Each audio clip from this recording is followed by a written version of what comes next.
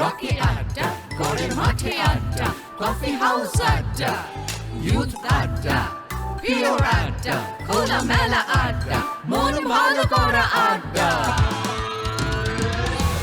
Youth আড্ডা, youth আড্ডা, youth আড্ডা। লেখাপড়া খেলাধুলা সবকিছুতে থাকি আমরা, সব কুল আর শ্যামকেও রাখি। পঞ্চকবি মনে রেখে বাংলা ব্যঙ্গ শুনি, বাড়িয়ে দিলে হাত আমরা বন্ধু হতে জানি। ইউথ আড্ডা, ইউথ আড্ডা, ইউথ আড্ডা।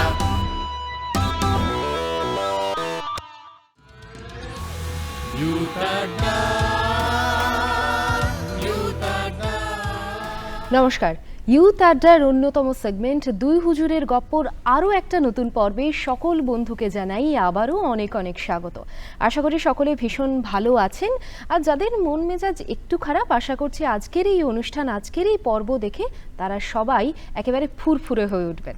কেননা আজ আমার সঙ্গে এমন একজন অতিথি রয়েছেন যার পা তো চলে, দৌড়োয়, আবার তার সঙ্গে সঙ্গে তার জীবন কিন্তু দু চাকাতেও চলে, আবার চলে কিন্তু সমুদ্রের স্রোতের সঙ্গে তাল মিলিয়ে। একেবারে সব দিকে ছড়িয়ে রয়েছে তার যাপন। পাশাপাশি তিনি কিন্তু খেয়াল রাখছেন আমাদের সুরক্ষারও। আমার সঙ্গে আজ এরকমই একজন মানুষ রয়েছেন শ্রী বিপ্লব দাস, যিনি একজন সিভিক ভলেন্টিয়ার তো বটেই, পাশাপাশি যিনি অ্যাডভেঞ্চার স্পোর্টস এক্সপ্লোরার, পাশাপাশি একজন এনভায়রনমেন্টাল অ্যাওয়ারনেস অ্যাক্টিভিস্ট। বিপ্লব দা, তোমাকে অনেক অনেক স্বাগত জানাই আজকের এই পর্বে। অসংখ্য ধন্যবাদ। আচ্ছা, তোমার এই যে এতগুলো পরিচয় আমি শুরুতেই বললাম, কোন পরিচয়টা তোমার সব থেকে বেশি পছন্দের? আমার কাছে সব থেকে বেশি পছন্দের, আপনি যদি বলেন যেটা ছিল পছন্দের, সেটা ফুটবলটা আমার সব থেকে জীবনের পছন্দের জিনিস ছিল, এবং এখনো সেটা পছন্দ। কিন্তু কারণবশত আমি সেখান থেকে সরে গিয়ে আমি অন্য সেক্টরে। কেন ফুটবলটা এত ভালো লাগার জায়গা? এবং তোমার সাথে কথা বলে জেনেছি যে তুমি দুর্দান্ত ফুটবল খেলতে, তো সেই জায়গা থেকে সরে এলে কেন? না, দুর্দান্ত না, আমার মনে হতো যে এখন যা করি তার থেকে অনেক ভালো ফুটবলটা আমি খেলতাম। 2013 সাল অবধি আমি প্রফেশনাল ফুটবল খেলেছি, একদম প্রফেশনাল। জীবনে কখনো ভাবিনি যে আমাকে অন্য কিছু করতে হবে বা চাকরি বা কাজ এরকম হয়। মানে হঠাৎ করে জীবনে আমার তখন 2013 সাল আমার ফাইনাল ইয়ার। আমার ফ্যামিলির বাবার একটা বড় অ্যাক্সিডেন্টের কারণে আমাকে প্রফেশনাল খেলা ছেড়ে আমাকে পার্টিকুলার সোর্স অফ ইনকাম বা চাকরি জীবন শুরু করতে হয়। তখন 2013 সালে সিভিক ভলেন্টিয়ার রিক্রুটমেন্ট হচ্ছিল। আচ্ছা, তখন আমাকে ইনস্ট্যান্ট কোনো দিকে না তাকিয়ে আমাকে মানে কর্মজীবনের সাথে জড়িত হতে হয়। হ্যাঁ, তখন একটা নতুন লড়াই শুরু জীবনে। নতুন লড়াই, হ্যাঁ। মানে 2820 টাকা সামথিং মায়না, ওইটুকু ইনকামের মধ্যে জীবন চালাতে হবে, মানে জীবন সব দিকটা সামলে চলতে হবে, সেটা একটা বিষয়। মানে এটা বলবো আমাদের জীবনের একটা বড় শিক্ষা। আচ্ছা, এই যে তার সিভিক ভলেন্টিয়ারে প্রবেশ করলে, দেন আজকে তুমি একজন কি বলবো একজন স্পোর্টসম্যান, এবং এমন একজন স্পোর্টসম্যান যিনি শুধু নিজে নন আরও অনেককে ইন্সপায়ার করছেন। তো এই স্পোর্টসম্যানশিপের জগতে প্রবেশটা কিভাবে হলো? স্পোর্টস বেসিক্যালি অ্যাডভেঞ্চার স্পোর্টস আমার ওই 2015 সালে আমার জীবনে প্রথম হিমালয় দেখা। আমি ফার্স্ট আমার জীবনের আমি অমরনাথ বৈষ্ণব দেবী যাই। তো তখন জানতাম না ট্রেক খায় না মাথায় দেয়। পাহাড়ে মানুষ পকেটের পয়সা খরচ করে ঘাড়ে ব্যাগ নিয়ে, কি বলবো, কেন যাচ্ছে কষ্ট করে। হ্যাঁ, মানে আপনি দেখবেন মিউল যেমন ঘাড়ে গাধা বা মিউল ঘোড়া ওজন নিয়ে যায়, আমার ঠিক সেরকম মনে হয়েছিল প্রথমে। কিন্তু আমি যখন গুটি গুটি কয়েক পা হাঁটতে শুরু করলাম, দেখলাম যে এটার মধ্যে একটা ভিন্ন স্বাদ আছে। এবার সেই স্বাদটাকে আস্তে আস্তে আমি উপলব্ধি করতে করতে একটা সময়ের পরে মনে হলো যে না, এটাকে প্যাশনের সাথে আমি প্রফেশনও ভাবতে পারি। ব্যাস, তারপরে ধীরে ধীরে আমার adventure sports back to back, তারপরে আস্তে আস্তে এক্সপ্লোর করতে শুরু করি। হ্যাঁ। আচ্ছা, এই যে প্রথম যখন তুমি পাহাড় দেখলে, তখনকার অভিজ্ঞতাটা ঠিক কিরকম ছিল? আসলে প্রথমে আমি পাহাড় দেখে আমি ভাবতে পারিনি যে প্রকৃতি এরকম ভয়ঙ্কর সুন্দর। আমি জাস্ট থমকে দাঁড়িয়ে, জীবনে কোনোদিন পাহাড় দেখিনি, মানে জীবন শুরুই হিমালয় থেকে, মানে কাশ্মীর, মানে ভূস্বর্গ থেকে। তো তো আমি নিজে অনুভব করতে পারিনি যে আদৌ আমি কি দেখছি। আচ্ছা, এই কথাটা তো একেবারে সমুদ্রের ক্ষেত্রেও, মানে যেভাবে তুমি সাঁতরে একের পর এক নদী পার করেছো এবং সমুদ্রে তুমি সাঁতার কেটেছো, প্রচুর এরকম তোমার ঘটনা আছে, সেখানেও তো এই কথাটা প্রযোজ্য। একদম। আমি একটা মজার ঘটনা বলি, যেহেতু সাঁতারের কথা বললেন। ধরুন আমার জীবনের সব থেকে লম্বা সুইমিং আমি যেটা করেছি, যদিও এটা লম্বা না, আমার জীবনের লম্বা 5 কিলোমিটার, এবং সেটা একেবারে দেশের বাইরে। সোজা আমি বাংলাদেশের মেঘনা নদী সবাই জানে, তার রূপ, তার আকার, তার আকৃতি একটা ভয়ানক ব্যাপার, সেটা আমি জানতাম না। তো আমি 5 কিলোমিটার সুইমিং করবো, আমি চলে গেছি, গিয়ে দেখলাম একটা হিউজ সংখ্যক 150 জন পার্টিসিপেন্ট, তার মধ্যে ভারতীয় আমি একা। আমার কোথাও একটা ভয়ও কাজ করছে, কোথাও একটা আমি শক্তিও পাচ্ছি। দেন সুইমিংটা শুরু হলো, কোনো কারণে ওয়েদার খারাপ হয়ে যাওয়ার, নদীর চেহারা এতটাই ভয়ঙ্কর হয়, শুরুতেই প্রায় 50-60 জন পার্টিসিপেন্ট তারা কুইট করে গেল ভয়ে। সেটা কিন্তু আমি জানি না, বা আমরা জানি না, জানতে পারলাম কখন, শেষ করার পরে। এবারে নদীর যে ওই পরিস্থিতি, আমরা যখন সুইমিং করছি, করতে করতে আমরা জানি না যে নদীর এই মুহূর্তে ভয়ঙ্কর পরিস্থিতি আছে, এটা কিন্তু আমরা জানতাম না যারা পার্টিসিপেট, কিন্তু যারা ভয় পেয়েছে তারা কুইট করে গেছে। তো আমরা 4-5 জনের একটা দল সুইম করতে করতে করতে করতে আমরা মানে ডিরেকশন যেদিকে ছিল সেই ডিরেকশনটা আমরা কোনো কারণে ফলো করতে পারিনি। তার কারণ এটাই, ওদের যে সংখ্যক রেস্কিউ টিম ছিল, যতগুলো মানুষ রেস্কিউর জন্য ছিল, শুরুতেই একটা হিউজ সংখ্যক মানুষ যেহেতু ভয় পেয়ে গেল, তাদেরকে রিকভার করতে নির্দেশনা উল্টোপাল্টা হয়ে গেছিল। এবার সেটা আমার জন্য কতটা মজার বা আনন্দের হয়েছে, আমরা নির্দেশনা ঠিক না করতে পারি, আপনি যখন মজার বা আনন্দের, আমি তো এখানে বসে ভয় পাচ্ছি ইমাজিন করে। আমরা 4-5 জনের একটা টিম মানে একসাথে সুইম করছিলাম, করতে করতে করতে করতে কোনো এক সময় দেখছি কুল কিনারা খুঁজে পাচ্ছি না, তখন বুঝতে পারলাম আমরা বোধহয় ঠিক দিকে যাচ্ছি না। দেন একটা সময়ের পরে কোনো একটা নৌকা আমাদেরকে সাইন দিচ্ছে এদিকে না এইদিকে। আমি বললাম কেন? বলছে তোমরা ভুল দিকে চলে এসছো। তখন আমরা জানতে পারি আমরা ভুল দিকে চলে এসেছি, এবং এই সুইমটা যখন করছি, যে ঢেউ অনুভব করছি, আমি বারবার বলছি আমরা জানতাম না যে নদীর পরিস্থিতি এরকম হয়, কিন্তু আমি জানি এটাই নর্মাল।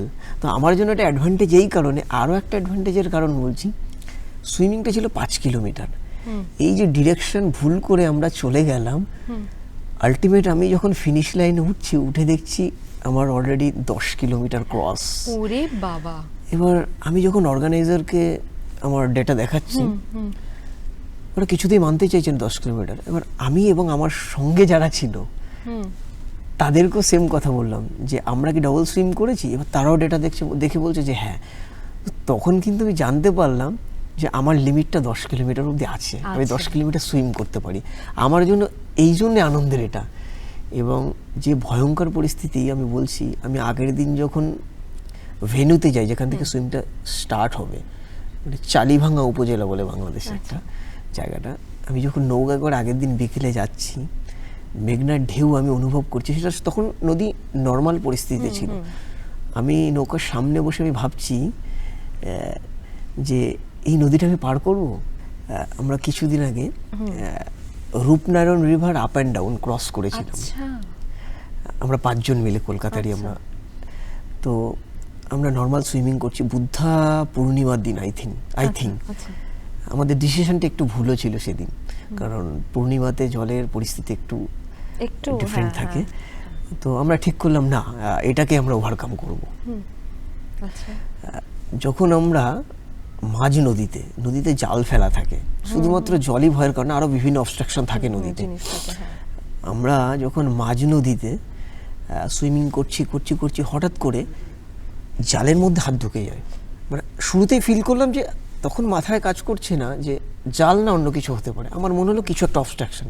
মানে হাত জালের সঙ্গে লাগার সঙ্গে সঙ্গেই সবার আগে আমাদের সেকেন্ড অপশন মানে পা আসবে, পা দিয়ে লাথি মারতে গেলাম, পায়ে জাল পেঁচিয়ে গেল। পায়ে জাল পেঁচানোর পরে বুঝতে পারলাম যে এটা জাল। তখন শান্ত হলাম। এটা শুধু আমি একা না, আমার সঙ্গে যারা পার্টিসিপেট ছিল তারাও এটা ফিল করেছে, জালে পেঁচিয়ে যাওয়া। এই যে মানে অ্যাডভেঞ্চার, এইসব অবস্ট্রাকশন প্রতি মুহূর্তেই থাকে। মানে সেরকম ভাবে যদি তোমাদের হতো, তাহলে তো তোমরা মানে একেবারে জড়িয়ে টড়িয়ে যেতে, তো সাঁতার কাটতে পারতে না, অনেকে তো ডুবে যাওয়ার চান্স। পাহাড়ের কথা যখন বলছো, মাউন্টেনিয়ারিং এর ক্ষেত্রে এরকম কোনো অভিজ্ঞতা হয়েছে ভয়াবহ?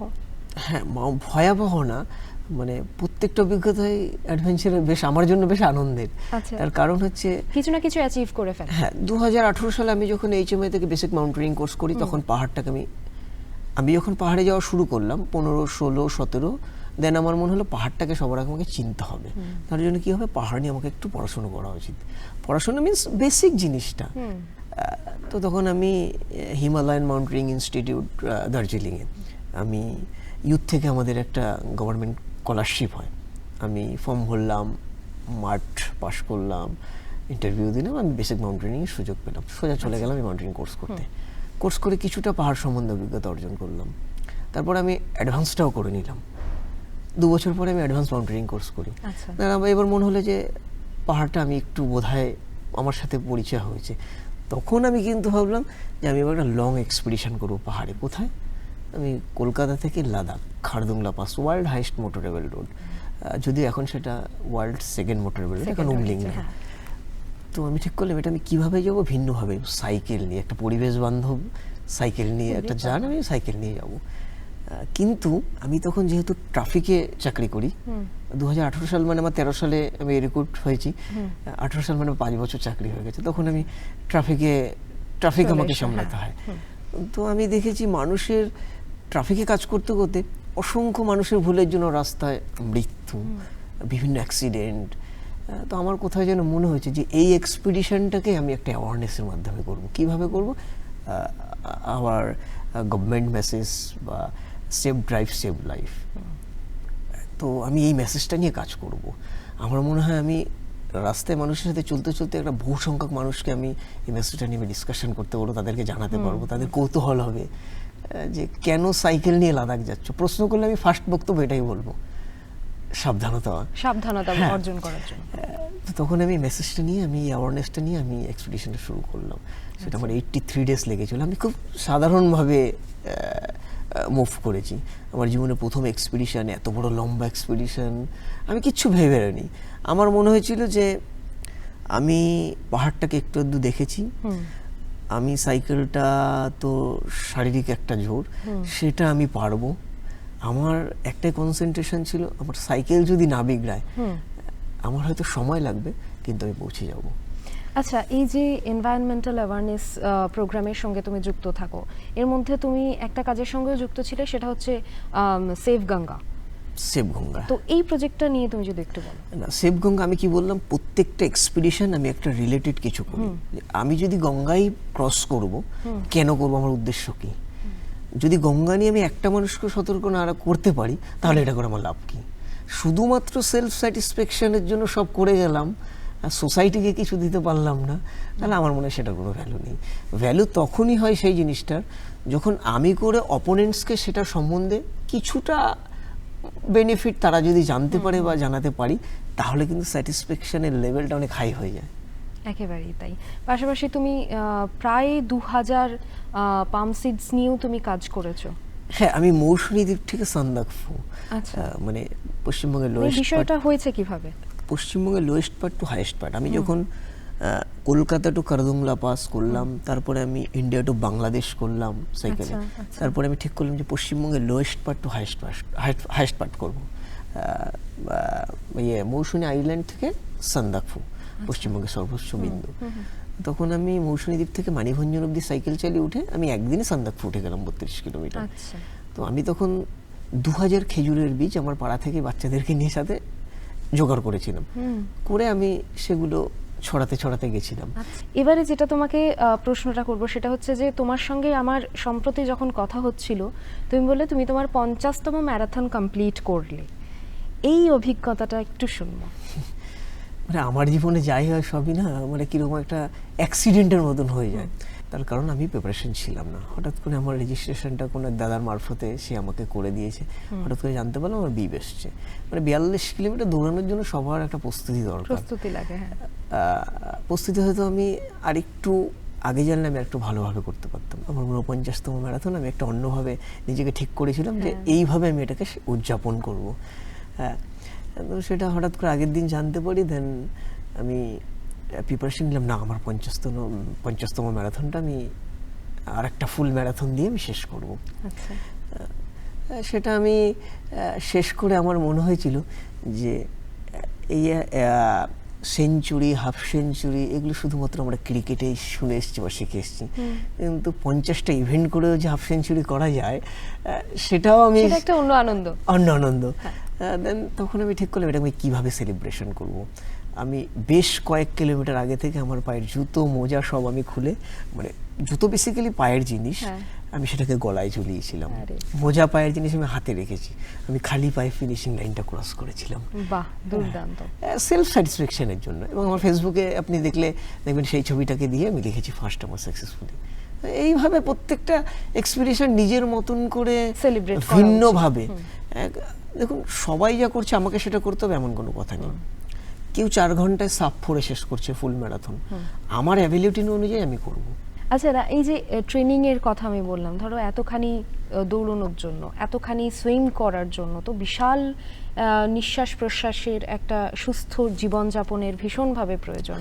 সেই স্পিড, সেই মনের জোর, এই ট্রেনিংটা তুমি কিভাবে নিচ্ছ? এই ট্রেনিংটা মেন হচ্ছে স্পোর্টস, আমি কি বললাম, ডিসিপ্লিন। এই কারণেই একটা পার্ট বাই পার্ট আসে। যখন আমি ভালো খাবার খাচ্ছি, আমার ডাইজেস্ট সিস্টেম ভালো হচ্ছে, আমার ঘুম ভালো হচ্ছে। আমি কালকে সকালে যদি ধরুন 20 কিলোমিটার দৌড়াবো, তো আমাকে অবভিয়াসলি আজকে আমাকে 8টার মধ্যে রাতের খাবার খেয়ে নেওয়া উচিত। তাহলে কি আমার ধীরে ধীরে আমার লাইফস্টাইল চেঞ্জ হচ্ছে, মানে শুধু অ্যাডভেঞ্চার হচ্ছে না, এর সঙ্গে আমার লাইফস্টাইল চেঞ্জ হচ্ছে। কাল আমি যদি ধরুন ফুল ম্যারাথন দৌড়ানোর জন্য আমি রাত 2টোর সময় উঠে সল্টলেক স্টেডিয়ামে এসেছি, তো আমাকে 7টার মধ্যে ডিনার করে নিতে হয়েছে, কারণ আমাকে 2টোর সময় উঠতে হবে। আমার যত কাজ থাকুক সব ফেলে আমি 7টার মধ্যে খেয়ে নিয়েছি। তাহলে কি হবে, আমাদের একটা ওয়েল লাইফস্টাইলে আমরা শুধুমাত্র অ্যাডভেঞ্চার থেকে শুধু অ্যাচিভমেন্ট না, একটা হেলদি লাইফস্টাইল, ওয়েল লাইফস্টাইল এখান থেকে পাওয়া যেতে পারে। তুমি তো অনেক ট্রায়াথলনে পার্টিসিপেট করেছো। এই যে ট্রায়াথলন শব্দটা অনেকের কাছেই এখনো সেরকমভাবে পরিচিত নয়, এই বিষয়টা যদি একটু তুমি বুঝিয়ে বলো। অনেক ট্রায়াথলন না, আমি কয়েকটা ইভেন্ট করেছি। যেহেতু আমি সুইমিং, রানিং, সাইকেলিং, আমি দেখলাম 3টে জিনিস আমি করতে পারি। আচ্ছা, কোনোটাই আমি দক্ষ নেই বা প্রফেশনাল নেই, কিন্তু আমি দেখলাম যখন আমি 3টে জিনিস করতে পারি, তাহলে এই 3টেকে একত্রিত করে যদি আরেকটু কঠিন কিছু হয়, তার জন্য আমি ট্রায়াথলন, প্রথমে কলকাতাতে একটা ট্রায়াথলন ইভেন্ট হয়, প্রথমে আমি সেখানে নিজেকে টেস্ট করলাম। এই 3টে বিষয় একসঙ্গে? হ্যাঁ, সেটা হচ্ছে প্রথমে সুইমিং হয়, তারপরে সাইকেলিং হয়, তারপরে রানিং হয়। এই 3টে স্পোর্টসকে একত্রিত করে ট্রায়াথলন বা আয়রনম্যান, তো সেটা ফার্স্ট স্টেপটা ট্রায়াথলন বলে। আমি প্রথম ট্রায়াথলন নিজেকে টেস্ট করি, দেখলাম হ্যাঁ এটা আমি করতে পারছি, শেষ করলাম। তো সেটা দেখলাম আমি 3rd হয়ে গেলাম আনএক্সপেক্টেড কলকাতাতে। আমি বললাম তাহলে এর পরের স্টেপটা আয়রনম্যান। সেখানে আয়রনম্যান একটা এক্সপেন্সিভ স্পোর্টস। আচ্ছা, পার্থক্যটা কোথায়? পার্থক্যটা ডিস্টেন্স, মানে এটাই ধরুন আমাকে 40 কিলোমিটার সাইকেল চালাতে হয়েছিল ট্রায়াথলনে। আয়রনম্যান 70.3, এটা হাফ আয়রনম্যান। আচ্ছা, তো সেটা আমাকে 90 কিলোমিটার সাইকেল চালাতে হবে। যেহেতু আমি 40 চালিয়েছি, আমি ভাবলাম না আরেকটু বড় করে ভাবি। তো আয়রনম্যান হচ্ছে বেসিক্যালি আমি মালয়েশিয়াতে করেছি, লাংকোয়াইতে। আমি ভাবলাম করবোই যখন, এটা ইন্ডিয়াতে হয় গোয়াতে, তাহলে করবোই যখন, তাহলে একটু ভালোভাবে একটু বাইরে দূরে কোথায় কেন ভাববো না। আর আয়রনম্যান মালয়েশিয়া বেশ একটি জনপ্রিয় ইভেন্ট, সারা পৃথিবীতে অনেক দেশই হয়, মালয়েশিয়াটা বেশ জনপ্রিয়। তাই আমি বললাম তাহলে আমি সেখানেই করব। নিজেকে আস্তে আস্তে মানে তৈরি করতে শুরু করলাম। তারপরে প্রচুর ইকুইপমেন্টের প্রয়োজন। তুমি তো ওয়ার্ল্ড ওয়াইড অ্যাওয়ার্ডও পেয়েছো আয়রনম্যান যারা সম্পূর্ণ করে তখন এই অ্যাওয়ার্ডটা পাওয়া যায়। মানে সেটা একটা আমার যে ডিউরেশনটা ছিল আয়রনম্যানের, আমাকে প্রথম আন্দামান সাগরে 1.9 সুইমিং করতে হয়েছে, তারপরে আমাকে 90 কিলোমিটার সাইকেল চালাতে হয়েছে হিল এরিয়াতে, তারপরে আমাকে 21 কিলোমিটার দৌড়াতে হয়েছে। এটা 8.5 ঘন্টার মধ্যে শেষ করতে পারলে তখন এই অ্যাওয়ার্ডটা পাওয়া যায়। আচ্ছা, এত কিছু করছো, পাশাপাশি তুমি চাকরিও করছো, এই দুটোকে সামলাচ্ছ কিভাবে? এটাই তো জীবন, দিনের শেষে সবাইকে কাজ করতে হয়। যে ডক্টর, যে প্রফেসর আমার পরিচিত অনেক আছে, তারাও অ্যাডভেঞ্চার করে, তারাও তাদের প্রফেশন সামলেই কিন্তু সব কিছু করে। আমার ডিপার্টমেন্টকে আমি ধন্যবাদ জানাবো। আপনার কাজের জায়গা আপনাকে যদি সমর্থন না করে, এগুলো সম্ভব নয়। তার কারণ একটা 2.5-3 লাখ টাকার সাইকেল চালানো আমি জীবনে স্বপ্ন দেখিনি। আমি আয়রনম্যান করতে যাওয়ার আগে আমার ব্যারাকপুর পুলিশ কমিশনার আমাকে 3 লক্ষ টাকা আমাকে আয়রনম্যান করতে যাওয়ার জন্য একটা সাইকেল উপহার দিয়েছিল। সেটা আমার জীবনের মনে হয় আমি যা করেছি তার থেকে সব থেকে বড় বেশি উপহার এটা আমার জন্য। তুমি এত অ্যাডভেঞ্চার করছো এবং ভয়াবহ সমস্ত জায়গায় যাচ্ছো, সেই জায়গা থেকে পরিবারের লোকজন তো একটু ভয় পায়, সেখান থেকে তাদের পরিবারের কথা বলতে গেলে ধরুন আমার পরিবারের দেশি মা বাবা, তারা জানে না, অ্যাডভেঞ্চার খায় না, মাথায় দেয়। তবে হ্যাঁ, ফুটবলটা সম্বন্ধে একটু অবগত ছিল, যেহেতু না আইডিয়া না থাকলেও মা তো মাই হয়। হ্যাঁ, সেটা সবার মাই, আমার মা যেটা ভাবে সেটা পৃথিবীর সব মাই একই জিনিস ভাবে। সেই জায়গাটা থেকে কিভাবে বোঝাও? হ্যাঁ, প্রথমে আমি যখন কোথাও যাচ্ছি, বেরোবো, চোখ মুখ ছলছল করতে আমি দেখতাম ফার্স্ট মানে প্রথম যখন অ্যাডভেঞ্চার করতে যাই। মা জানে না লাদাখ কি, লাদাখ কোথায়, ভারতের কোন প্রান্তে, কিভাবে যেতে হবে জানে না। মা আমি রূপনারায়ণ নদী সুইমিং করতে যাবো কালকে, আমি সকাল আমার একটু খাবার রেডি রেখো। মা রেডি রাখছে। মা জানে না রূপনারায়ণ নদী কতটা ডিস্টেন্স, এই নদীটা পার করতে গেলে আমাকে কতটা ভাবতে হচ্ছে, বা আমার টিমের সবাই কতটা প্রিপারেশন নিচ্ছে, এগুলো মা বোঝে না। কিন্তু ওই যখন দিনের শেষে বাড়ির আশেপাশের মানুষজন বলে, বিপ্লব তো বা ফেসবুকে দেখলো, মাকে বলছে, হয়তো পাশের বাড়ির কেউ বললো, ও না আজকে ফেসবুকে ছবিটা দেখলাম এই নদী, মানে সেটা শুনে আনন্দ পাই, আমি বুঝি। এই যে অনুপ্রেরণা বা এই যে সাহস, সেটা কোথা থেকে আসছে? কেউ কি আছে জীবনে যার থেকে তুমি অনুপ্রেরিত হচ্ছ? দেখুন, সবার জীবনে কেউ একজন আইডল থাকে। আমার জীবনের এক একটা সেক্টরে এক একজন আইডল বলবো না, আমি তাদেরকে দেখেছি, দেখে আমার মনে হয়েছে এটাকে আরেকটু কিভাবে ভিন্নভাবে করব, নতুনভাবে কিছু করব। ম্যারাথন সবাই দৌড়ায়, আমি ঠিক করেছি ম্যারাথনটাকে একটু অন্যভাবে কিভাবে রিপ্রেজেন্ট করব। আমি বাঙালি, সংস্কৃতি আমাদের কাছে একটা বড় ব্যাপার। তো লাদাখ ম্যারাথন আমি ধুতি পাঞ্জাবিতে দৌড়েছিলাম, সবাই লাদাখ ম্যারাথন দৌড়ায়, তাহলে আমি ভাবলাম যে আমিও তো দৌড়াই, তাহলে আমি ভিন্নভাবে কেন ভাববো না। আমি সেটাকে ভাবলাম তাহলে আমি কি করব, লাদাখ ম্যারাথন একটা হাই অল্টিটিউড ম্যারাথন। যারা আমার মতন যারা ছোটোখাটো দৌড়ায় তাদের কাছে লাদাখ ম্যারাথন দৌড়ানো একটা স্বপ্ন। যারা প্রফেশনাল রানার বা দৌড়ায় তাদের কথা বলছি না, আমার জায়গা থেকে আমার কাছে লাদাখ ম্যারাথন দৌড়ানো স্বপ্ন। তো সেই জায়গাটা যদি আমি একটু ভিন্নভাবে রিপ্রেজেন্ট করতে পারি, আমি ঠিক করলাম ধুতি পাঞ্জাবি পরে আমি লাদাখ ম্যারাথন দৌড়াবো। এবং যেটা ঠিক করলাম সেই রকমই কাজ, আমি লাদাখ ম্যারাথন দৌড়ালাম। সেটা মানে মানুষের কাছে একটা দারুণ মেসেজ গেছিলো। আমি কিন্তু আইডল যদি বলেন যে আমি ওখান থেকে ভেবেছি কনসেপ্টটা, যে উনি শাড়ি পরে দৌড়েছে একজন বাঙালি মহিলা, কর্মক্ষেত্রে লন্ডনে থাকে, তাহলে আমি ধুতি পাঞ্জাবি পরে দৌড়াবো। আমি দেশের বাইরে গিয়ে ধুতি পাঞ্জাবি পরে দৌড়াবো। কোথায়? আমার পার্শ্ববর্তী দেশ বাংলাদেশ। তার কাছে প্রায়োরিটিটা আমার মনে হয় খুব একটা কম হবে না, যেহেতু বাংলা কালচার। তো আমি ঢাকা ম্যারাথন আমি ধুতি পাঞ্জাবিতে দৌড়াই, সেখানেও বেশ আনন্দের সহিত এটা শেষ করি। তারপরে আমি Jaipur pink city marathon dhoti পাঞ্জাবিতে দৌড়াই, শেষ করার পরে আমাকে সেখানে রাজা অ্যান্ড সেখানে সিএম মঞ্চে ডেকে তারা একটু অবাকই হয়েছিল যে ধুতি পাঞ্জাবিতে ম্যারাথন, মানে তাদের সাথে ছবি তোলা, মানে তাদের কাছে ব্যাপারটা বেশ অ্যাপ্রিশিয়েট হয়েছিল। তখন মনে করলাম না এখানেই শেষ না, আমি বিচে ধুতি পরে দৌড়াবো, মানে আরো কঠিন ভাবে বালিতে। তো ওটা পুরী বিচ ম্যারাথন, সেখানে আমি করলাম, মানে একের পর এক নিজেকে টেস্ট করি যে আরেকটু কঠিন, এই করে করে মোটামুটি 7-8টা ম্যারাথন আমি ধুতি পাঞ্জাবিতে করে ফেলেছি। এই অনুষ্ঠানটা তো ইউথদের জন্য একেবারেই, তো আমাদের আগামী প্রজন্ম বা যারা এখন এই ট্রায়াথলন বা অ্যাডভেঞ্চারাস স্পোর্টসের দিকে এগিয়ে আসতে চাইছে, তাদের তুমি কি বার্তা দিতে চাইবে? ইউথকে আমি একটা, মানে আমার থেকে যারা ছোটরা আছে বা নতুন অ্যাডভেঞ্চারে আসছে, আমি যেটুকু শিখেছি সেই জায়গা থেকে আমি একটা কথাই বলবো, ট্রায়াথলন বা আয়রনম্যান প্রথমত এটা ভেরি এক্সপেন্সিভ স্পোর্টস, আমি বারবার বলছি। তার কারণ আমার মনে হয় এই মুভটা জেনে করা উচিত, যেটা আমার সাথে হয়েছে, আমি না জেনে এই সেক্টরে চলে এসেছি। তো সেটা প্রতিনিয়ত আমাকে ফেস করতে হয়, যে না জেনে চলে আসাটা। তার কারণ আপনি শখের বসে চলে আসলেন, সেটাকে কতদিন আপনি লংজিভিটি আপনার কতদিন থাকবে, এটা একটা বড়। তো সবার জায়গা থেকে সবাই চেষ্টা করতে পারে, কোনো অসুবিধে নেই এটা নিয়ে।